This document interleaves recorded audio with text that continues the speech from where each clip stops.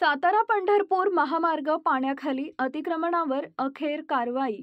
गेल्या 8 दिवसांपासून सुरू असलेल्या मुसळधार पावसामुळे म्हसवड शहर व परिसरातील जनजीवन विस्कळीत झालं आहे।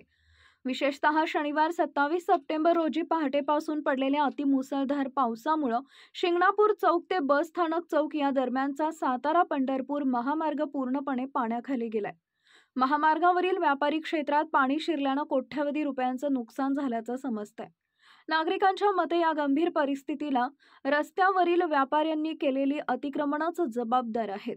शिंगणापूर चौक परिसरात पूर्वी अस्तित्वात असलेला पारंपरिक पाण्याचा ओढा अतिक्रमणामुळे पूर्णपणे गायब झाला। यामुळे शिक्षक कॉलनी, काळापट्टा, महादेवमळा, तावसे वस्ती आणि सातारा रोड परिसरातून येणारे पावसाचं पाणी थेट महामार्गावर साचले आणि व्यावसायिकांची दुकानं पाण्यात बुडाली।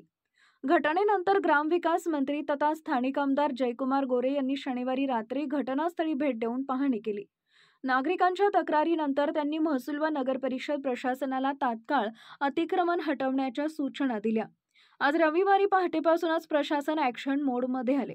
तहसीलदार विकास अहिर, अप्पर तहसीलदार मीना बाबर, मुख्याधिकारी डॉक्टर सचिन माने, सहाय्यक पोलीस निरीक्षक अक्षय सोनवणे यांच्या उपस्थितीत आणि मोठ्या पोलीस बंदोबस्तात संयुक्त कारवाई करत शिंगणापूर चौक ते बस स्थानक चौक दरम्यानची सर्व अतिक्रमणं हटवण्यात आली।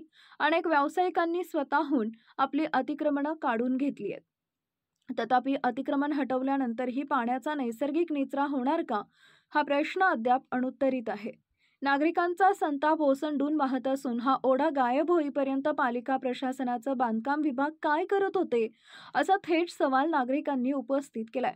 या मुसळधार पावसामुळे शहराच्या जलनिस्सारण व्यवस्थेतील त्रुटी आणि बेकायदेशीर अतिक्रमणांचा गंभीर परिणाम उघड झालाय।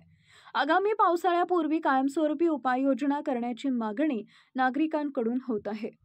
प्रतिनिधी महेश कांबळेसह नागनाथ डोंबे, राजयोग 79 न्यूज, म्हसवड।